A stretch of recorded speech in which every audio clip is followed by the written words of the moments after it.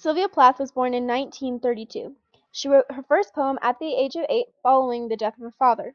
His death triggered grave personal discontinuities and led to multiple suicide attempts. She was prescribed electroshock and psychotherapy in order to try and cure her. In 1956, she married English poet Ted Hughes, and in 1961, she had a miscarriage. 2 years after her firstborn child, Hughes and Plath got divorced. Between 1962 and 63, she wrote a poem a day up until her death on February 11, 1963, from suicide by asphyxiation at the age of 30.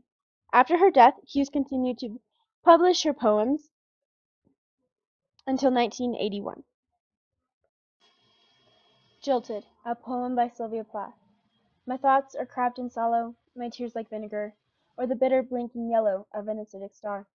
Tonight the custard wind, love, gossips late and soon, and I wear the wry-faced pucker of the sour lemon moon, while, like an early summer plum, honey, green and tart, droops upon its wizened stem my lean, unripened heart.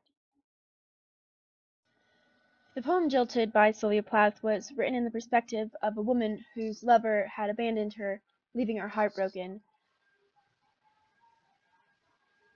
She uses words in a way that describe the feelings that can come with betrayal and abandonment and having someone that you care about deeply just leave you. She refers to her tears as vinegar, and she expresses successfully the idea that the crying wasn't just a sad part, but the tear itself was sad. The tear itself hurt her. The fact that she was crying was a painful thought. It creates a realistic image of her sadness after being abandoned by her lover. She uses expressions like sour and tasting, referring things to tasting like a lemon, and that describes her inner feelings.